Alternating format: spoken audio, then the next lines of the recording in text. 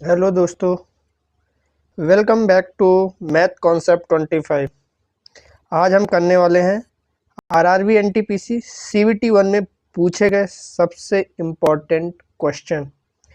अगर आप सीरियस हो आरआरबी एनटीपीसी क्रैक करने के लिए तो ये वीडियो आपके लिए गेम चेंजर साबित होने वाला है, क्योंकि आज हम सिर्फ क्वेश्चन नहीं करेंगे बल्कि उनके स्मार्ट ट्रिक्स और कॉन्सेप्ट भी समझेंगे। तो वीडियो को पूरा देखना, क्योंकि एंड में मैं आपको दूंगा एक सुपर इम्पोर्टेंट बोनस क्वेश्चन। चलिए बिना टाइम वेस्ट किए शुरू करते हैं आज का पहला क्वेश्चन। तो दोस्तों शुरू करते हैं पहला क्वेश्चन। पहला क्वेश्चन क्या है ये देखते हैं। पहला क्वेश्चन क्या है? ASCII में C का अर्थ कोड है, जिसका उपयोग किसके लिए किया जाता है? NASCII C stands for code which is used for, तो किसी डेटा को डिलीट करने के लिए, सूचनाओं को कूटीबद्ध करने के लिए, हार्डवेयर को ठंडा करने के लिए या इंटरनेट की गति बढ़ाने के लिए। तो इसका आंसर होगा क्या? इसका आंसर होगा ऑप्शन नंबर बी, सूचनाओं को कूटबद्ध करने के लिए, सूचनाओं की कूटबद्ध करने के लिए। ओके, इसको थोड़ा हल्का बड़ा कर लेते हैं।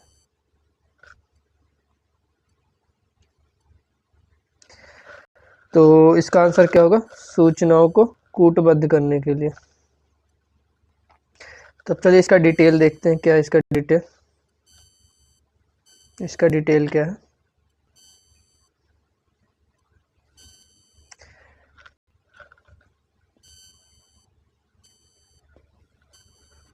इसका डिटेल है ASCII। ASCII का मतलब क्या होता है? American standard code for information interchange. यह एक मानक कैरेक्टर इनकोडिंग सिस्टम है जिसका उपयोग कंप्यूटर में टेक्स्ट, नंबर और सिंबल को बाइनरी 0 और 1 में बदलने के लिए किया जाता है। उदाहरण जैसे A बराबर 65 होगा, B बराबर 66 होगा, C बराबर 67 होगा। ऐसे मतलब A शुरुआत में क्या होता है? 65 से स्टार्ट होता है, कन्वर्ट होता है। ये बाइनरी में कन्वर्ट होकर ये कंप्यूटर में प्रोसेस करता है। ओके, इसका मुख्य बिंदु क्या है? 7 बिट इनकोडिंग होती है। इसकी कितनी होती है? 7 बिट इनकोडिंग, जो 128 कैरेक्टर का होता है। एक्सटेंडेड ASCII कितना होता है? जो एक्सटेंडेड होता है वो होता है 256 कैरेक्टर का। कम्युनिकेशन और डाटा स्टोरेज का बेस होता है। ASCII का काम, इसका काम क्या होता है? डाटा को इनकोड करना, डिलीट या स्पीड बढ़ाना नहीं, सिर्फ इसका डाटा का इनकोड करना होता है। इसको डिलीट और स्पीड बढ़ाने के लिए काम नहीं किया जाता। ओके, अब अगला क्वेश्चन देखते हैं। अगला क्वेश्चन क्या बोला? सुप्रीम कोर्ट को मूल क्षेत्राधिकार किस अनुच्छेद में प्राप्त है?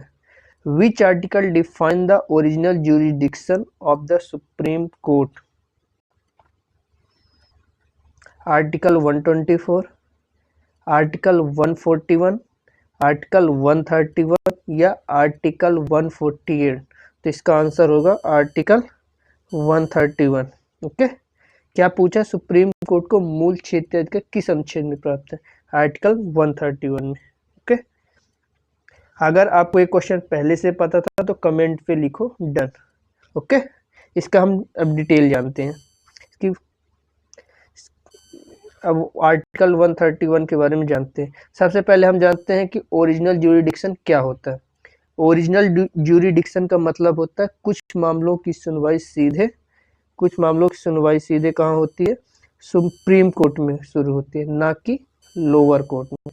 मतलब ना तो हाई कोर्ट में होती है, ना डिस्ट्रिक्ट कोर्ट में होती है, सीधे सीधे सुप्रीम कोर्ट में होती है। Case directly field in court.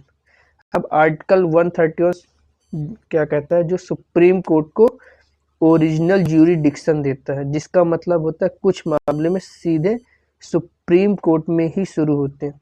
यह किन मामलों में लागू होता है? केंद्र वर्सेस राज्य और राज्य वर्सेस राज्य में होता है। इसका महत्वपूर्ण तथ्य क्या है? यह एक्सक्लूसिव पावर होता है, ना कि सिर्फ केवल में सिर्फ सुप्रीम कोर्ट में होता है, ना तो ये हाई कोर्ट में होता है, ना तो डिस्ट्रिक्ट कोर्ट में होता है। यह फेडरल डिस्प्यूट को हल कर सकता है। एक्सक्लूसिव पावर होता है, ये केवल सुप्रीम कोर्ट में होता है, फेडरल डिस्प्यूट को हल कर सकता है, फेडरल डिस्प्यूट को हल कर सकता है। और इसकी तुलना जैसे आर्टिकल 32 क्या बोलता है, यह एक फंडामेंटल राइट है, और आर्टिकल 226 यह एक हाई कोर्ट में होता है। आर्टिकल 226 किससे अंतर्गत है, हाई कोर्ट से, और आर्टिकल 32 एक फंडामेंटल राइट से। आई होप ये क्वेश्चन आपको समझ में आया होगा। चलिए देखते हैं अगला क्वेश्चन। अगला क्वेश्चन क्या कहते हैं, सर्वेंट्स ऑफ इंडिया सोसाइटी की स्थापना किसने की थी, मतलब who founded the Servants of India Society. Mahatma Gandhi, Gopal Krishna Gokhale, Bal Gangadhar तिलक या जवाहरलाल नेहरू। तो सर्वेंट्स ऑफ इंडिया सोसाइटी की स्थापना किसने की थी, गोपाल कृष्ण गोखले ने की थी। ओके, चलिए इसका अब डिटेल देखते हैं। Servants of India society Gopal Krishna Gokhale ने किया था। सर्वेंट्स ऑफ इंडिया सोसाइटी की स्थापना कब हुई थी, ये हुई थी 12 जून 1915 को। कब हुई थी, 12 जून 1915 को। कहाँ, पुणे में गोपाल कृष्ण गोखले ने की थी। ओके, एक सेकेंड, गोपाल कृष्ण गोखले ने की थी। इसका उद्देश्य क्या था, समाज की सेवा करना, शिक्षा का प्रसार करना, गरीबी उन्मूलन और लोगों में जागरूकता फैलाना। इसकी मुख्य विशेषता, इसका की फीचर क्या थी, इसकी की फीचर क्या थी, इसकी मुख्य विशेषता क्या, यह एक सोशल रिफॉर्म ऑर्गेनाइजेशन थी। सोशल रिफॉर्म ऑर्गेनाइजेशन, लोगों को ट्रेनिंग दी जाती ताकि वे समाज सेवा कर सकें। देशभक्ति और नैतिक मूल्यों पर जोर दिया गया था। किस पर, एक सोशल रिफॉर्म ऑर्गेनाइजेशन थी, ट्रेनिंग दी जाती थी लोगों को ताकि वो समाज सेवा कर सके, देशभक्ति और नैतिक मूल्यों पर जोर दिया गया था। इसके अलावा एक्स्ट्रा फैक्ट और क्या है इसका एक्स्ट्रा फैक्ट, गोपाल कृष्ण गोखले की जो न्यूज़पेपर का नाम था द हितवाड़ा था। कौन था, द हितवाड़ा। गोखले मॉडरेट लीडर, उदारवादी नेता थे, और महात्मा गांधी ने भी गोपाल कृष्ण गोखले को अपना पॉलिटिकल गुरु माना था। क्या माना था, पॉलिटिकल गुरु माना था। मॉडरेट लीडर या उदारवादी नेता थे गोपाल कृष्ण गोखले, और उनकी न्यूज़पेपर का नाम था द हितवाड़ा, जो गोपाल कृष्ण गोखले से जुड़ा हुआ था। चलिए देखते हैं अगला क्वेश्चन। अगला क्वेश्चन क्या बोलता है, जब दो या दो से अधिक परिवहन मार्ग मिलते हैं तो उस स्थान को क्या कहा जाता है। दो या दो से अधिक परिवहन मार्ग मिलते हैं तो उस स्थान को क्या कहा जाता है। What is the point called where two और मोर ट्रांसपोर्ट रूट्स मीट। उसे लिंक कहा जाता है, उसे नोड कहा जाता है, उसे टर्मिनल कहा जाता है, या नेटवर्क कहा जाता है। तो उसे क्या कहा जाता है, नोड कहा जाता है। क्या, जब दो या दो से अधिक परिवहन मार्ग मिलते हैं तो उसे नोड कहा जाता है। चलिए इसके बारे में डिटेल से देखते हैं। नोड क्या होता है, नोड वह पॉइंट होता है, वह बिंदु होता है जहां दो या दो से अधिक ट्रांसपोर्ट रूट मिलते हैं। ए नोड इज अ जंक्शन जहां मल्टीपल रूट कनेक्ट होते हैं। उसमें से एक होता है ट्रांसपोर्ट नेटवर्क। ट्रांसपोर्ट नेटवर्क के कंपोनेंट होते हैं, जंक्शन पॉइंट होता है जैसे रेलवे स्टेशन। लिंक दो नोड को जोड़ता है। नोड क्या कहलाता है, एक जंक्शन पॉइंट, एक बिंदु होता है ट्रांसपोर्ट नेटवर्क के जो कंपोनेंट। नोड एक जंक्शन पॉइंट होता है जैसे रेलवे स्टेशन, मतलब एक बिंदु होता है। लिंक होता है दो नोड को जोड़ता है, मतलब रोड या रेलवे लाइन, मतलब किसी दो स्थान को जोड़ता है। इसके बाद नेटवर्क होता है जो नोड और लिंक का पूरा सिस्टम होता है। नोड और लिंक का पूरा सिस्टम होता है। जैसे example, railway station, bus stand जहाँ कोई रूट मिलते हैं, एयरपोर्ट हब होता है, रेलवे स्टेशन होता है, बस स्टैंड जहाँ कई रूट मिलते हैं, एयरपोर्ट हब होता है। अब इनमें डिफरेंस होता है, देखो नोड मतलब जंक्शन पॉइंट होता है, नोड्स मतलब क्या होता है, एक जंक्शन पॉइंट। लिंक मतलब कनेक्टिंग लाइन, और नेटवर्क मतलब कंप्लीट सिस्टम जिसमें जंक्शन भी हो और कनेक्टिंग लाइन भी हो, वो होता है नेटवर्क। आई होप आपको ये क्वेश्चन समझ में आया होगा। चलिए देखते हैं अगला क्वेश्चन। अगला क्वेश्चन क्या बोला, विटामिन B1 की कमी से कौन सी विटामिन B1 की कमी से कौन सा रोग होता है? पेलेग्रा रोग होता है, रिकेट्स होता है, बेरी होता है या एनीमिया होता है? तो विटामिन B1 की कमी से कौन सा रोग होता है? ऑप्शन सी बेरी रोग होता है। चलिए बेरी रोग होता है उसके बारे में डिटेल देखते हैं। विटामिन B1 जिसे थायमीन कहते हैं, रासायनिक नाम इसका क्या? थायमीन। शरीर के नर्वस सिस्टम के रूप में, कौन से? शरीर के नर्वस सिस्टम के लिए आवश्यक होता है। इसकी कमी से कौन सा रोग होता है? बेरी रोग होता है, जो कमजोरी तंत्रिका तंत्र में समस्या होती है। इसका कारण होता है एक पॉलिश राइस होता है, जो प्लास्टिक आजकल चावल देखते हैं पॉलिश किया हुआ चावल होता है, या प्रोसेस्ड फूड होता है। क्या होता है? Processed food. तो B1 की कमी से कौन सा रोग होता है? बेरी रोग होता है। चलिए देखते हैं अगला क्वेश्चन। अगला क्वेश्चन क्या बोल रहा है? हर्षचरित की रचना किसने की थी? Who wrote Harshacharita? कालिदास, बाणभट्ट, हर्षवर्धन या भारवी? तो हर्षचरित की रचना किसने किया था? हर्षचरित की रचना बाणभट्ट ने की थी। किसने की थी? बाणभट्ट ने की थी। चलिए इसके बारे में, अब बाणभट्ट क्या कहलाता है इसके बारे में डिटेल जानते हैं।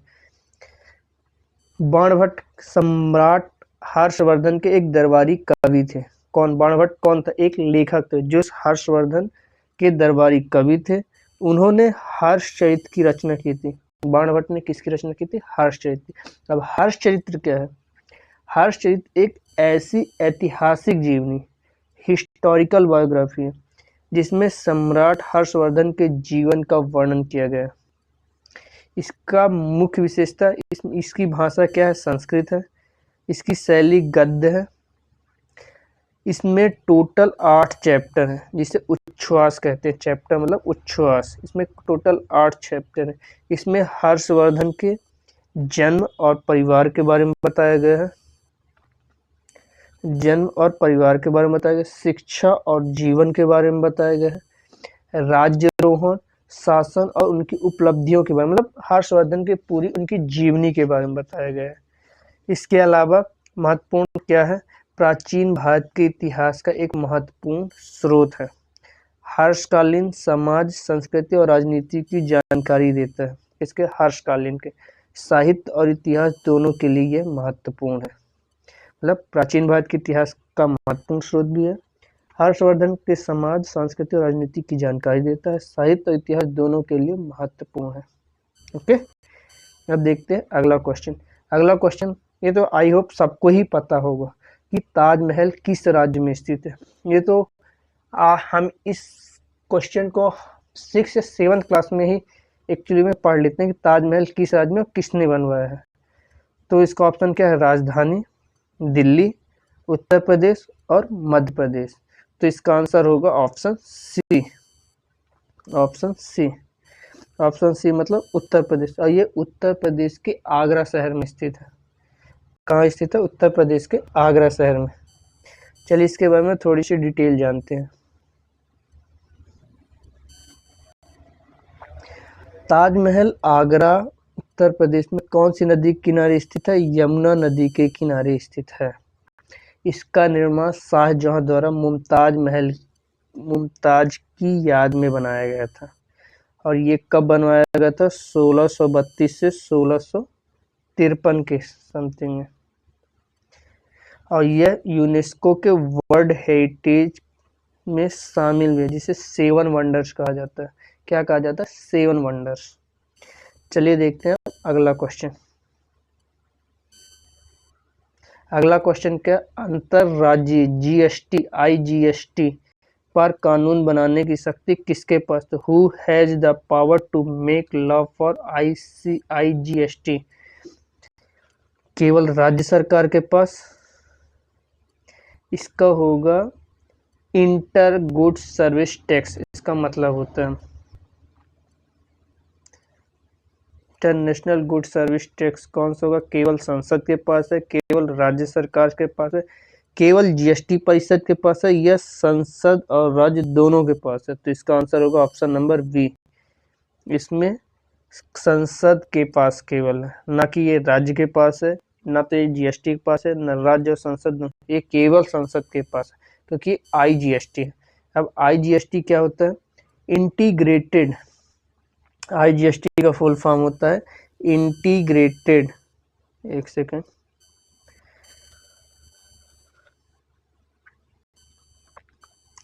Integrated goods and service tax होता है। यह वह टैक्स है जो एक राज्य से दूसरे राज्य में लगती है। कौन? आईजीएसटी। जैसे एग्जांपल, अगर माल एमपी से महाराष्ट्र जाता है, फॉर एग्जांपल एमपी से महाराष्ट्र जाता है, तो क्या लगेगा? आईजीएसटी लगेगा। कानून कौन बनाता है? आईजीएसटी से जुड़े कानून की शक्ति पार्लियामेंट, संसद के पास होती है, क्योंकि यह एक इंटर स्टेट मैटर है, इसलिए सेंट्रल कंट्रोल जरूरी होता है इसमें। इसका संवैधानिक प्रावधान कॉन्स्टिट्यूशन प्रोविजन कौन सा? आर्टिकल 246A में। किसमें? आर्टिकल 246A में है, जिसमें पार्लियामेंट और स्टेट दोनों को जीएसटी पर पावर देता है। कौन? आर्टिकल 246A, जो पार्लियामेंट और स्टेट दोनों को पावर देता है। लेकिन जो आईजीएसटी होता है वो एक इंटर स्टेट है, जो केवल पार्लियामेंट में होता है, और एसजीएसटी होता है जो स्टेट जीएसटी, ये केवल स्टेट गवर्नमेंट के पास पावर होती है। और जीएसटी काउंसिल की भूमिका कौन रिकमेंडेड करता है? जीएसटी काउंसिल रिकमेंडेड देता है, रेट तय करता है, लेकिन जीएसटी काउंसिल कानून नहीं बनाता है, केवल रिकमेंडेशन देता है, रेट तय करता है, लेकिन कानून नहीं बनाता। ओके, चलिए देखते हैं अगला क्वेश्चन। अगला क्वेश्चन क्या बोलता है? दिल्ली सल्तनत में दीवान-ए-रियासत, कौन? दीवान-ए-रियासत का मुख्य कार्य क्या था? धार्मिक मामलों की देखरेख, बाजार और कीमत का नियंत्रण, शाही पत्रचार या विदेशी मामले। कौन सा दीवान-ए-रियासत? तो क्या होगा? से बाजार और कीमत नियंत्रण था। दीवान-ए-रियासत का मुख्य कार्य क्या था? बाजारों पर और कीमतों पर नियंत्रण करना। चलिए इसके बारे में डिटेल से देखते हैं। दीवान-ए-रियासत क्या है? एक दिल्ली सल्तनत में यह एक महत्वपूर्ण विभाग था, डिपार्टमेंट था, जो बाजार और कीमतों को नियंत्रित करता था। किसने शुरू किया था? अलाउद्दीन खिलजी ने इसे स्थापित किया था। इसका मुख्य कार्य क्या था? कीमत को नियंत्रित करना या वस्तुओं की कीमत तय करना, बाजार निगरानी मतलब मार्केट सुपरविजन, बाजार को नजर रखना, व्यापारियों पर नजर रखना, जमाखोरी रोकना मतलब कालाबाजारी रोकना, सैनिकों के लिए सस्ती वस्तुएं, सेना को कम कीमत पर सामान उपलब्ध कराना। किसको? सेना को। ये क्यों जरूरी था? क्योंकि अलाउद्दीन खिलजी एक बड़ी सेना रखना चाहते थे, इसलिए जरूरी था, ताकि बाजार में वस्तुएं सस्ती रहे और जिससे एक बड़ी सेना बना सके। ओके, चलिए देखते हैं अगला क्वेश्चन। चलिए अगला क्वेश्चन देते हैं। भारत का सिलिकॉन वैली किसे कहा जाता है? हैदराबाद को, दिल्ली को, मुंबई को या बेंगलोर को? तो किसे कहा जाता है? बेंगलोर को कहा जाता है। सिलिकॉन वैली किसे कहा जाता है? बेंगलोर को कहा जाता है। अब सिलिकॉन वैली कैसे पड़ा बेंगलोर को, इसके बारे में डिटेल करते हैं। सबसे पहले इससे क्यों कहा जाता है सिलिकॉन वैली? बेंगलुरु को भारत का सिलिकॉन वैली इसलिए कहा जाता है क्योंकि यह देश का सबसे बड़ा आईटी इंफॉर्मेशन टेक्नोलॉजी हब है। इसका मेन रीजन क्या है? आईटी कंपनियों का केंद्र है। कहाँ? बेंगलुरु में। जैसे इन्फोसिस है, विप्रो है, टीसीएस जैसी बड़ी कंपनी, कई मल्टीनेशनल कंपनी, गूगल, माइक्रोसॉफ्ट है। स्किल्ड वर्कफोर्स है, बहुत अधिक मानव संसाधन है, आईटीज है, आईआईटीज है, इंजीनियरिंग कॉलेज है, टेक प्रोफेशनल की अधिक संख्या है, स्टार्टअप हब है। भारत का सबसे बड़ा स्टार्टअप इकोसिस्टम कहाँ है? बेंगलोर में है। यूनिकॉर्न स्टार्टअप की संख्या सबसे ज़्यादा कहाँ है? बेंगलोर में है। अनुकूल वातावरण, मौसम और इंफ्रास्ट्रक्चर टेक इंडस्ट्री के लिए सुटेबल है, इसलिए इसे सिलिकॉन वैली कहा जाता है। और इसकी तुलना यूएसए के सिलिकॉन वैली से होती है। किससे? सिलिकॉन वैली से होती है। यूएसए में सिलिकॉन वैली और भारत में इसे बेंगलुरु को सिलिकॉन वैली कहा जाता है। ओके, अब समझ में आया कि सिलिकॉन वैली क्यों पड़ा।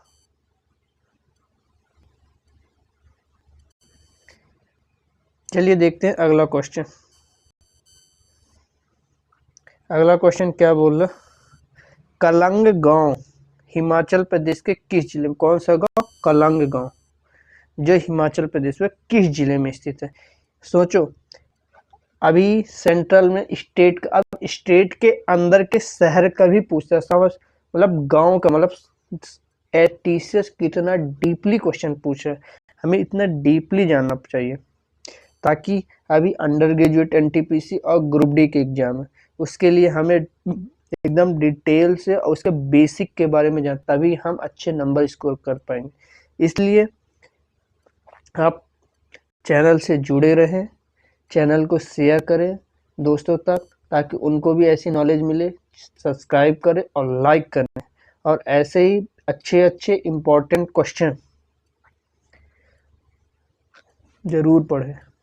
चलिए देखते हैं क्वेश्चन नंबर 11, कलंग गांव हिमाचल प्रदेश के किस जिले में स्थित है, कुल्लू में, मंडी में, लाहौल स्पीति में या शिमला में। तो ये कहाँ स्थित है, मंडी में स्थित है। कहाँ, हिमाचल प्रदेश के मंडी में स्थित है। अब इस कलंग विलेज जो हिमाचल प्रदेश के मंडी जिले में स्थित है, इसकी मुख्य विशेषता क्या है, यह पारंपरिक पहाड़ी गांव जहां लकड़ी और पत्थर से बने घर होते हैं, प्राकृतिक सौंदर्य होता है, शांत वातावरण, एक पर्यटन टूरिज्म है जहां शांत वातावरण, पहाड़ों और हरियालियों से घिरा हुआ है, सांस्कृतिक महत्वपूर्ण, स्थानीय सांस्कृतिक और परंपराएं, ग्रामीण जीवन शैली है, भौगोलिक महत्वपूर्ण, एक ज्योग्राफिकल इम्पोर्टेंस है, भौगोलिक महत्व है यहाँ। इसके अलावा हिमालयी क्षेत्र में स्थित, कहाँ, हिमाचली, एक हिमाचल प्रदेश तो हमें स्वाभाविक से कि हिमालयी क्षेत्र में स्थित होगा, जलवायु ठंडी और बड़ी सुहावनी है, कृषि और पशुपालन यहाँ का प्रमुख काम है। क्या है, कृषि करना और पशुपालन करना। अब चलिए देखते हैं अगला क्वेश्चन, वर्ली चित्रकला जो भारत के किस राज्य में है, वर्ली चित्रकला एक पेंटिंग जो भारत के किस राज्य में स्थित है, ये बहुत एग्जाम में बहुत बार रिपीट होता है। वर्ली चित्रकला एक पेंटिंग से रिलेटेड, जो स्टैटिक जीके से रिलेटेड पूछता ही पूछता है। अब ये कहाँ है, राजस्थान में है, बिहार में है, महाराष्ट्र में है या मध्य प्रदेश में। तो ये कहाँ है, महाराष्ट्र में स्थित है। कहाँ है, महाराष्ट्र में। चलिए अब इसके बारे में जानते हैं वर्ली चित्रकला है क्या। एक वर्ली पेंटिंग एक पारंपरिक ट्राइबल या जनजाति कला जो मुख्य रूप से कहा महाराष्ट्र के वर्ली जनजाति द्वारा बनाई जाती है। इसकी मुख्य विशेषता, ये सिंपल ज्योमेट्रिक शेप में है, एक सर्किल टाइप में होती है ये पेंटिंग, जो सूर्य चंद्रमा की तरह होती है, त्रिकोणी होती है पहाड़ और पेड़ की तरह, स्क्वायर होता है जो पवित्र स्थान होता है, एक स्क्वायर शेप में होती है वो पवित्र स्थान, जो ट्रायंगल होता है पहाड़ और पेड़ की तरह होता है, और सर्किल सूर्य और चंद्रमा होती है। इसका रंग, इसका बैकग्राउंड एक ब्राउन कलर का होता है, मतलब मिट्टी ब्राउन कलर। ड्राइंग एक सफेद व्हाइट रंग का होता है। इसका विषय क्या है, थीम क्या होती है, खेती करना, फार्मिंग करना, डांस करना, विवाह, मतलब ये इसकी क्या है, मेन थीम्स होती हैं, नृत्य, डांस होती है, मैरिज होता है। इसकी दैनिक जीवन यह कहाँ बनाई जाती है, इसकी दैनिक जीवन होती है कहाँ बनाई जाती है, ये मुख्य रूप से महाराष्ट्र के पालघर और आसपास के क्षेत्र में बनाई जाती है। इसका इम्पोर्टेंट कहते हैं, ये भारतीय लोक कला या फोक आर्ट के लिए महत्वपूर्ण हिस्सा होती है। ये सांस्कृतिक और परंपरा को भी दर्शाती है। जीके और आर्ट एवं कल्चर में फ्रिक्वेंटली ये क्वेश्चन पूछा जाता है। मैंने आपको पहले बताया था कि ये जीके जीएस आर्ट और कल्चर में बहुत पूछा जाता है, संस्कृति और परंपरा को दर्शाते हैं, भारतीय लोक कला का महत्वपूर्ण हिस्सा होता है। ओके, अब आई होप आपको समझ में आया कि वर्ली पेंटिंग क्या है, उसके बारे में डिटेल।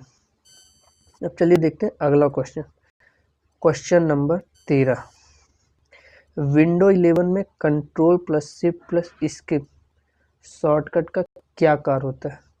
विंडो 11, इसमें control plus shift plus escape होता है, control plus shift plus escape होता है। ये कंप्यूटर लॉक करता है, टास्क मैनेजर खोलता है, रिस्टार्ट करता है या सेटिंग खोलता है। तो control plus shift plus escape का काम क्या होता है? टास्क मैनेजर करना, मतलब टास्क मैनेज करना कहलाता है। क्या कहलाता है? टास्क मैनेजर कहलाता है। चलिए इसके बारे में जानते हैं। यह शॉर्टकट सीधे क्या करता है? टास्क को मैनेजर करता है, टास्क को मैनेजर करता है।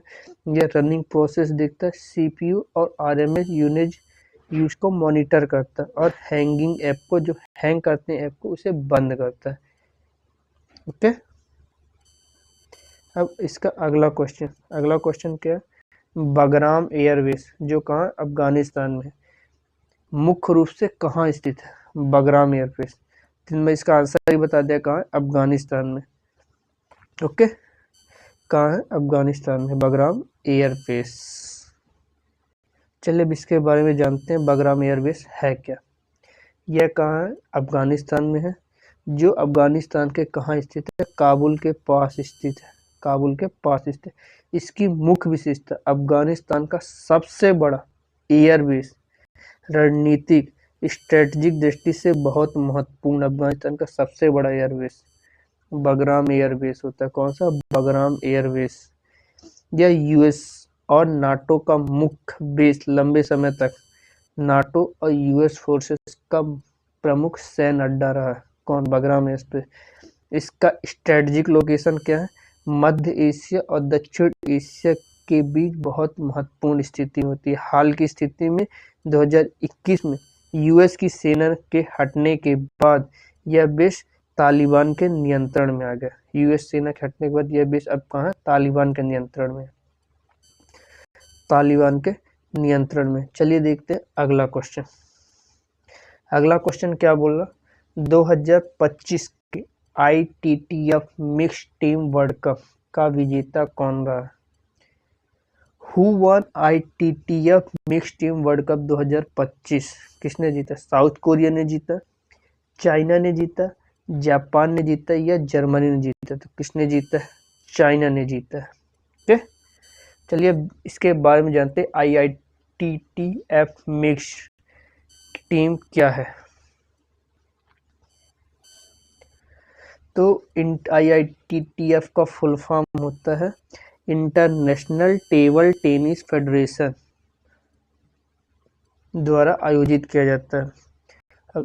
यह टूर्नामेंट टेबल टेनिस का एक प्रमुख अंतरराष्ट्रीय प्रतियोगिता होता है जिसमें पुरुष और महिला खिलाड़ी एक ही टीम में खेलते हैं, ना कि अलग, दोनों एक ही टीम में खेलते हैं। इसमें किसने जीता है? चाइना। अब चाइना ने क्यों जीता है? चाइना टेबल टेनिस में विश्व का सबसे मजबूत टीम मानी जाती है। उनके पास वर्ल्ड क्लास प्लेयर होते हैं, टीम कोऑर्डिनेशन और कंसिस्टेंसी बहुत स्ट्रांग होती है। फाइनल में यह चीन ने किसे हराया था? जापान को हराया था। मिक्स फॉर्मेट में सिंगल और डबल मैच शामिल थे। को मिक्स में सिंगल्स भी होता है और डबल, दोनों मैच शामिल होते हैं। अब इम्पोर्टेंट कॉन्सेप्ट क्या है जो एग्जाम के लिए एग्जाम फोकस के लिए? IITF क्या होता है? एक गवर्निंग बॉडी होती है टेबल टेनिस की, टेबल टेनिस की गवर्निंग बॉडी होती है। मिक्स टीम में कौन होते हैं? मेल और फीमेल प्लेयर दोनों होते हैं। ओके,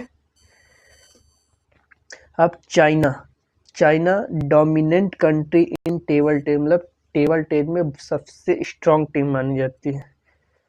हाल ही में चाइना ने ओलंपिक और वर्ल्ड कप में भी कई बार जीत हासिल की है। चाइना टेबल टेनिस को चाइना का नेशनल स्पोर्ट्स भी माना गया। ये सबसे इम्पोर्टेंट है कि टेबल टेनिस को चाइना का नेशनल स्पोर्ट माना गया है। चलिए देखते हैं अगला क्वेश्चन। अगला क्वेश्चन क्या बोलता है? तापीय प्रदूषण का मुख्य कारण क्या है? What is the main cause of thermal pollution? जहरीले रसायन, गर्म पानी, तेल रिसाव या रेडियो धर्मी कचरा? तो क्या हो जाएगा? तापीय प्रदूषण का मुख्य कारण है गर्म पानी, मतलब वार्म वाटर। अब तापीय प्रदूषण के बारे में थोड़ी बहुत डिटेल देखते हैं। इंडस्ट्री में जो इंडस्ट्री में पानी को कूलेंट की तरह यूज करती हैं और फिर गर्म पानी छोड़ते हैं। उससे पहले कूलेंट की तरह यूज करेंगे, फिर उससे क्या गर्म पानी छोड़ेंगे, जिसके प्रभाव से पानी का तापमान बढ़ता है, ऑक्सीजन कम होती है और जलीय जीव प्रभावित होते हैं इससे। इसलिए सबसे मेन होता है जो तापीय प्रदूषण का मुख्य कारण होता है। ओके, इसका आंसर होगा ऑप्शन नंबर बी, गर्म पानी। चलिए देखते हैं अगला क्वेश्चन, क्वेश्चन नंबर 17। 5 ईयर 2026 में भारत की सीपीआई मुद्रास्फीति दर का अनुमान क्या था? 4.5% से 5%, 2% से 3%, 5.5% से 6% या 1% से 1.5%। तो इसका आंसर होगा 2% से 3%, मतलब 2% से 3% तक 5 ईयर 2026 में भारत का। अब चलिए देखते हैं सीपीआई मुद्रास्फीति। सीपीआई क्या होता है? सीपीआई का फुल फॉर्म होता है कंज्यूमर प्राइस इंडेक्स। यह एक ऐसा इंडेक्स है जो आम उपभोक्ता द्वारा खरीदी जाने वाली वस्तुओं और सेवाओं की कीमतों में बदलाव को मापता है। अब CPI measure the change in price of goods and service consumed by household, मतलब एक ऐसा इंडेक्स जो आम उपभोक्ता द्वारा खरीदी जाने वाली वस्तुओं और सेवाओं की कीमतों में बदलाव को मापता, वही है कंज्यूमर प्राइस इंडेक्स। अब इसके अलावा देखते हैं इन्फ्लेशन क्या कहलाता है, मुद्रास्फीति, क्योंकि क्वेश्चन में मुद्रास्फीति। जब वस्तुओं सेवाओं की कीमतें बढ़ती हैं तो उसे क्या कहते हैं? इन्फ्लेशन कहते हैं। Inflation rise in general price level. अब 5 ईयर 2026 में कितनी रही? 2 से 3%। अब ये क्यों थी? इसका प्रमुख कारण क्या था? तो जगह खाद्य पदार्थों की कीमतों में स्थिरता थी, सरकार की supply management policies, global inflation में कमी थी, फ्यूल प्राइस रिलेटिवली स्टेबल था। इसका मतलब महंगाई नियंत्रित रहने की उम्मीद सी थी। अब क्या था? महंगाई नियंत्रित रहने की उम्मीद थी। अब कहना सीपीआई कौन जारी करता है? मतलब सीपीआई तो जान गया सीपीआई, बट इसे जारी कौन करता? तो नेशनल स्टैटिस्टिकल ऑफिस एनएसओ द्वारा सीपीआई को जारी किया जाता है। एक जो मॉनेटरी पॉलिसी, कौन सी मॉनेटरी पॉलिसी में रोल करता है। रिजर्व बैंक ऑफ इंडिया जो सीपीआई के आधार पर इंटरेस्ट रेट तय करता है। कौन?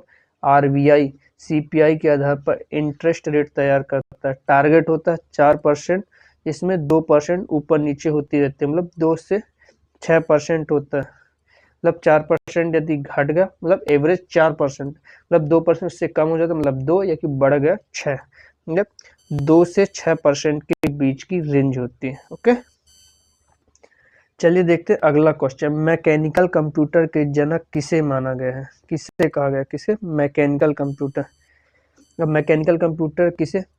एलन ट्यूरिंग को, चार्ल्स बेबेज को, ब्लेज पास्कल को, या जॉन वन न्यूमैन को? तो इसका आंसर होगा चार्ल्स बेबेज को मैकेनिकल कंप्यूटर का जनक माना गया है। चलिए अब इसके बारे में जानते हैं। डिफरेंस इंजन बनाया है किसने? चार्ल्स बेबेज ने। एनालिटिकल इंजन डिजाइन किए और मॉडर्न कंप्यूटर के आधार, किसने? मॉडर्न कंप्यूटर के आधार पर, मॉडर्न कंप्यूटर के आधार पर डिजाइन किया है। चलिए देखते हैं अगला क्वेश्चन। अगला क्वेश्चन क्या?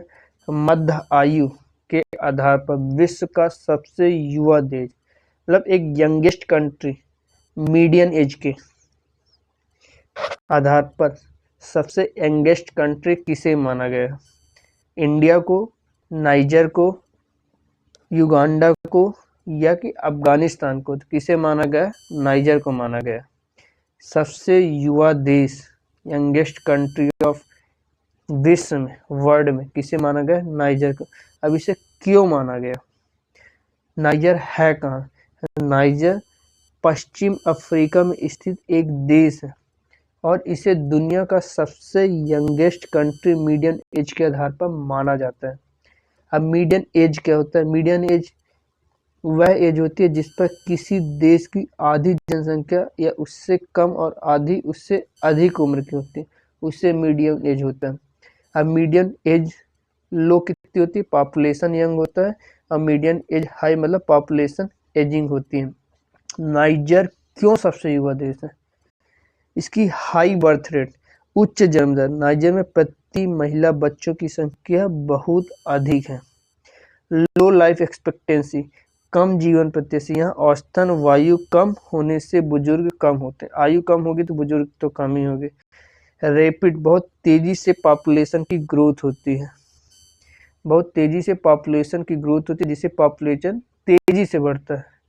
अब इसका मीडियन एज लगभग कितनी है, एवरेज क्या होगी, 50 ईयर्स, और वर्ल्ड एवरेज मतलब वैश्विक कितने 23 साल है। इसका मतलब नाइजर में आधी पॉपुलेशन 15 साल से कम उम्र की, आधी से ज़्यादा, मतलब जैसे हमारे यहाँ तो 18 साल तो एक वोट डालने के लिए, एक युवा अवस्था के लिए होते, यहाँ तो 15 साल से कम तो आधी जनसंख्या ही है। मतलब समझ लो नाइजर में ये हाल है। चलिए देखते हैं अगला क्वेश्चन। अगला क्वेश्चन, हाई कोर्ट किस अनुच्छेद के तहत रिट जारी करता है? आर्टिकल 32, आर्टिकल 226, आर्टिकल 131 या आर्टिकल 214? तो किस आर्टिकल के तहत? आर्टिकल 226 के तहत। चलिए अब इसके बारे में थोड़ी डिटेल जानते हैं। रिट क्या होता है? रिट एक कोर्ट का ऑर्डर होता है जो हाई कोर्ट या सुप्रीम कोर्ट द्वारा जारी किया जाता है ताकि नागरिकों के अधिकारों की रक्षा की जा सके। अब आर्टिकल 226 क्या कहता है? आर्टिकल 226 के तहत हाई कोर्ट को यह शक्ति दी गई कि वह फंडामेंटल राइट की रक्षा करे, अदर लीगल राइट्स भी प्रोटेक्ट करे। यही इसकी सबसे बड़ी खासियत होती है। किसकी? आर्टिकल 226 की। अब high court versus supreme court. अब हाई कोर्ट में भी रिट जारी होता है और सुप्रीम कोर्ट में भी होता है। तो सुप्रीम कोर्ट में आर्टिकल 32 के तहत होता है जिसमें केवल फंडामेंटल राइट है, जिसमें केवल फंडामेंटल राइट है। लेकिन हाई कोर्ट में आर्टिकल 226 के तहत फंडामेंटल और लीगल राइट दोनों, उसमें केवल फंडामेंटल और लीगल दोनों राइट्स है। इसलिए हाई कोर्ट की पावर ज़्यादा ब्रॉड मानी गई, मतलब सबसे अधिक मानी गई है, सुप्रीम कोर्ट से भी ज़्यादा। मतलब रिट के प्रकार, मतलब 5 प्रकार के रिट होते हैं। एक हैवियस कॉर्पस होता है, परमादेश होता है, मैंडेमस, एक सर्टियरी उत्प्रेषण होता है, प्रोहिबिशन प्रतिषेध होता है, और क्यो वारंट अधिकार पक्ष होता है। अब हैवियस कॉर्पस बंदी प्रत्यक्षीकरण क्या होता है? एक इलीगल डिटेंशन से मुक्ति मिलती है। परमादेश मैंडेमस में पब्लिक ऑफिसर को ड्यूटी करने का आदेश दिया जाता है। सर्टियरी उत्प्रेषण जो लोअर कोर्ट के डिसीजन को रद्द करता है। प्रोहिबिशन प्रतिषेध जो लोअर कोर्ट को काम करने से रोकता है। और क्यू वारंटो अधिकार परीक्षा, किसी पद पर अधिकार पूछना कहलाता है, किसी पद पर अधिकार पूछना कहलाता है। अब अगला क्वेश्चन, भारत में कार्बन क्रेडिट टारगेट पूरा ना करने पर क्या दंड है? मतलब कार्बन क्रेडिट टारगेट ये क्या होता है? अब पूरा ना करने पर इसमें कितना दंड दिया जाता है? 10 लाख रुपए, या कि 5 गुना दिया जाता है, या 2 गुना दिया जाता है, या 1 करोड़ रुपए दिया जाता है? तो कितना दिया जाता है? 2 गुना दंड दिया जाता है। अब इसके बारे में देखते हैं। अब 2 गुना मतलब जो मार्केट की प्राइस होती है उसके 2 गुना दिया जाता है, मार्केट की प्राइस के 2 गुना दिया जाता है। अब कार्बन क्रेडिट होता क्या है? यह एक इन्वायरमेंटल परमिट होता है जो किसी कंपनी को एक निश्चित मात्रा में कार्बन डाइऑक्साइड CO2 उत्सर्जन इमिशन की अनुमति देता है। एक कार्बन क्रेडिट बराबर 1 टन CO2 इमिशन होता है, 1 टन CO2 इमिशन होता है, 1 टन CO2 इमिशन होता है। अब पेनल्टी क्यों लगती है? अब इसके क्योंकि अगर कोई कंपनी तय लिमिट से ज़्यादा पॉल्यूशन, मतलब एक लिमिट होती है पॉल्यूशन, उससे ज़्यादा या रिक्वायर्ड कार्बन क्रेडिट नहीं खरीदती तो उस पर पेनल्टी लगती है। अब पेनल्टी रूल क्या है? टारगेट पूरा ना करने पर कंपनी को मार्केट प्राइस का दुगना या डबल देना पड़ता है। इसका उद्देश्य होता है पॉल्यूशन को कम करना और कंपनीज को इतने जो बिना रूल रेगुलेशन के चलते उसको जिम्मेदार बनाना। और ये लागू कौन करता है? Central pollution control board, CPCB, central pollution control board करता है। ओके, चलिए देखते हैं अगला क्वेश्चन क्या है? इस अधिनियम के तहत कितने दिन रोजगार गारंटी है? अब अधिनियम का how many days employees guarantee MNREGA होगा, जिसमें 100, 200, 150, 125 किसके तहत होगा? तो सीधे VBGRAM के तहत क्या होगा?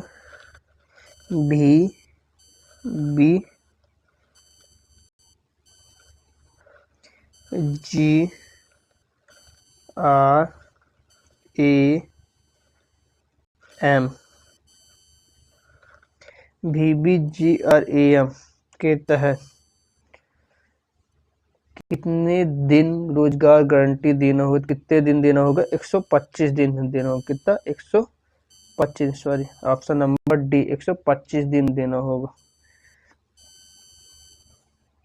125 दिन देना होगा। चलिए अब इसके बारे में जानते हैं VBGRAM क्या होता है। यह VBGRAM एक्ट के तहत एक प्रस्तावित नया ग्रामीण रोजगार योजना जुड़ा कानून बना, जिसका उद्देश्य ग्रामीण लोगों को अधिक रोजगार उपलब्ध करना। जिसका उद्देश्य होता है ग्रामीण क्षेत्रों में रोजगार बढ़ाना, बेरोजगारी कम करना, आर्थिक स्थिति में सुधार करना, गांव में विकास कार्य करना। एम्प्लॉयमेंट गारंटी होती है। इस एक्ट के तहत 125 दिनों का रोजगार गारंटी दी जाती है। कितने दिन के? 125 दिनों का। यह पहले की योजना से अधिक है, पहले की योजना से काफी अधिक है। इसकी तुलना करते एक मनरेगा था, MG नरेगा, और एक है VBGRAMG एक्ट 2025। MG नरेगा में कितने? 100 दिन के लिए, कितने? 100 दिन के लिए दिया जाता है, और इसमें कितने? 125, मतलब इसे अपग्रेड वर्जन माना गया। पहले MG नरेगा था जो 100 दिन का, अब VGRAM एक अपग्रेड वर्जन है। ओके, अब इसके बारे में VBGRAMG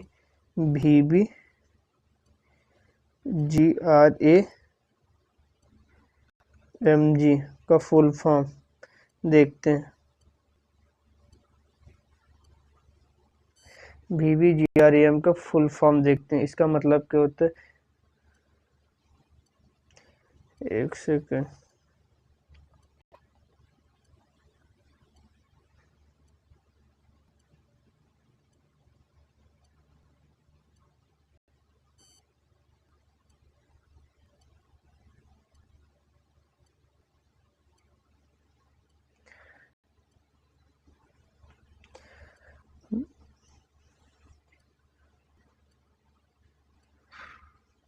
चलिए अगला क्वेश्चन देखते हैं।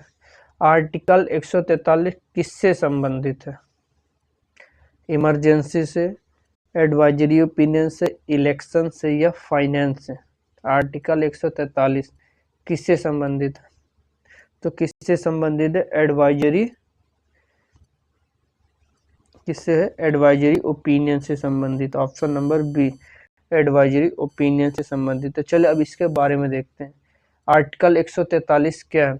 आर्टिकल 143 के तहत भारत के राष्ट्रपति को यह शक्ति दी गई है कि वह किसी महत्वपूर्ण कानून या संवैधानिक प्रश्न पर सुप्रीम कोर्ट से राय या ओपिनियन मांग सकते हैं। प्रेसिडेंट सुप्रीम कोर्ट से एडवाइस ले सकता है। इसका सीधे है। यह कब उपयोग होता है? जब कोई जटिल कानून प्रश्न हो, या संवैधानिक विवाद हो, या राष्ट्रीय महत्व का मुद्दा हो। सुप्रीम कोर्ट की भूमिका होती है कि सुप्रीम कोर्ट इंडिया इस मामले में एडवाइजरी ओपिनियन देता है, लेकिन यह राय बाइंडिंग है, यह जरूरी, मतलब अनिवार्य है, यह जरूरी नहीं है। वो अपने हिसाब से बस सलाह ले सकता है। अगला क्वेश्चन, अमीर खुसरो ने मुख्यतः किस भाषा का उपयोग किया है? विच लैंग्वेज डिड अमीर Khusro use? Sanskrit, Persian, Arabic या टर्किश। तो अमीर खुसरो किस भाषा का प्रयोग किया है? पर्शियन भाषा का, पर्शियन भाषा का। ओके।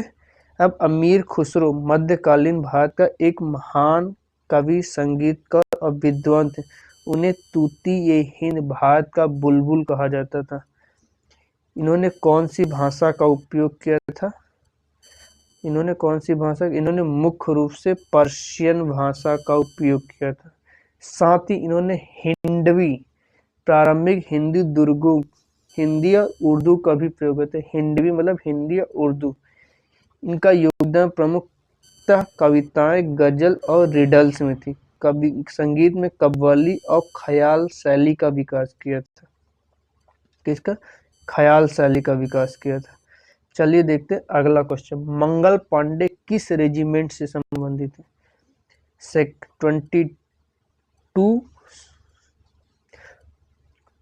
22 या 34th या 19th या 38th। तो कौन से में थे? 34वीं, 34th नेटिव इन्फेंट्री में थे। कौन? मंगल पांडे। चलिए अब इसके बारे में जानते हैं। मंगल पांडे 1857 के विद्रोह, जो फर्स्ट वार ऑफ इंडिपेंडेंस के हुआ था ना, उसके प्रमुख नायक थे। ये 34th बंगाल नेटिव इन्फेंट्री के रेजिमेंट थे, जो कहाँ थे? बैरकपुर छावनी में थे। और घटना क्या थी? 1857 में अंग्रेजी हुकूमत के खिलाफ विद्रोह शुरू किया था, जिन्होंने कारतूस में गाय और सूअर की चर्बी का विरोध किया था। जो सबसे महत्वपूर्ण क्या है कि 1857 की क्रांति की शुरुआत का प्रतीक भी माना जाता है। ओके, चलिए देखते हैं अगला क्वेश्चन। अगला क्वेश्चन क्या बोला? 2025 में यूएसए और अल्जीरिया के बीच एमओयू किस क्षेत्र में हुआ है? किसके? यूएसए और अल्जीरिया के बीच में एमओयू। एजुकेशन के क्षेत्र में, मिलिट्री के क्षेत्र में, मेडिकल के क्षेत्र में या एग्रीकल्चर के क्षेत्र में? तो किसके क्षेत्र में हुआ? मिलिट्री के क्षेत्र में हुआ। चलिए देखते हैं यूएसए अल्जीरिया के एमओयू किस के बारे में। यूनाइटेड स्टेट और अल्जीरिया के बीच कब हुआ? 2025 में।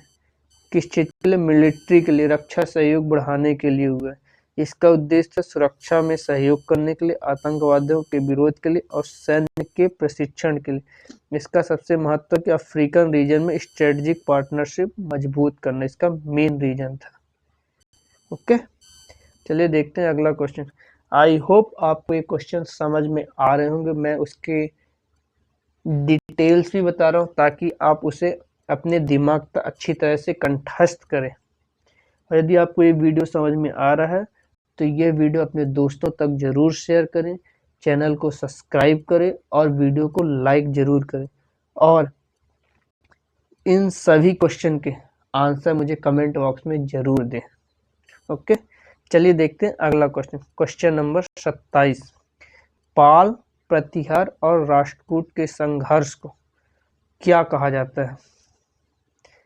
Carnatic war, tripartite struggle, Kalinga war या तराइन वार? तो जगह tripartite struggle, question number B number. अब चलिए इसके बारे में डिटेल से देखते हैं। यह संघर्ष कब हुआ था? 8वीं से 10वीं शताब्दी के बीच हुआ था। इसके मुख्य राजवंश कौन थे? पाल, प्रतिहार और राष्ट्रकूट थे। और इसका मुख्य कारण था कन्नौज पर नियंत्रण करना। सबसे महत्वपूर्ण क्या था? राजनीतिक अस्थिरता थी। तीनों शक्तियों के बीच संतुलन के लिए था। क्या? तीनों शक्तियों के बीच संतुलन के लिए था। 3 पावर मतलब ट्राइपार्टाइट।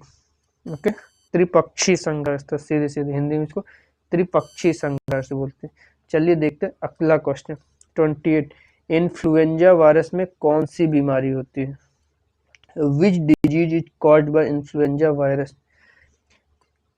टाइफाइड, फ्लू, मलेरिया या कोलेरा? तो इन्फ्लुएंजा वायरस से कौन सा रोग होता है? तो जगह फ्लू रोग होता है। ओके, चलिए इसके बारे में देखते हैं इन्फ्लुएंजा क्या है। इन्फ्लुएंजा एक वायरल संक्रमण जो श्वसन तंत्र रेस्पिरेटरी सिस्टम को प्रभावित करता है। इन्फ्लुएंजा वायरस के लक्षण कौन से हैं? बुखार आना, खांसी आना, शरीर में दर्द होना और थकान महसूस करना। और इसका फैलाव किससे होता है? छींक और खांसी से होता है। और इसका बचाव क्या है? वैक्सीनेशन करना और हाइजीन का ख्याल रखना। ओके, हाइजीन का ख्याल रखना।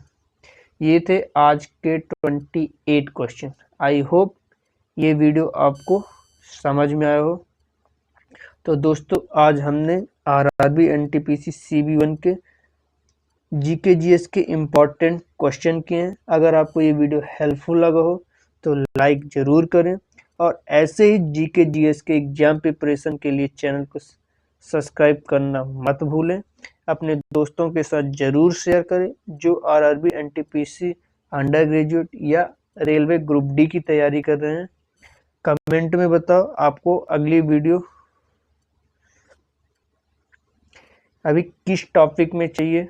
आपको सेपरेट चाहिए तो मतलब सब्जेक्ट वाइज सब्जेक्ट ऐसे ही मिक्स चाहिए, हिस्ट्री पॉलिटी या साइंस के, या कि आपको मिक्स चाहिए। मिलते हैं नेक्स्ट वीडियो में। तब तक कीप लर्निंग और कंसिस्टेंसी बनाए रखें। जय हिंद, जय भारत। Math concept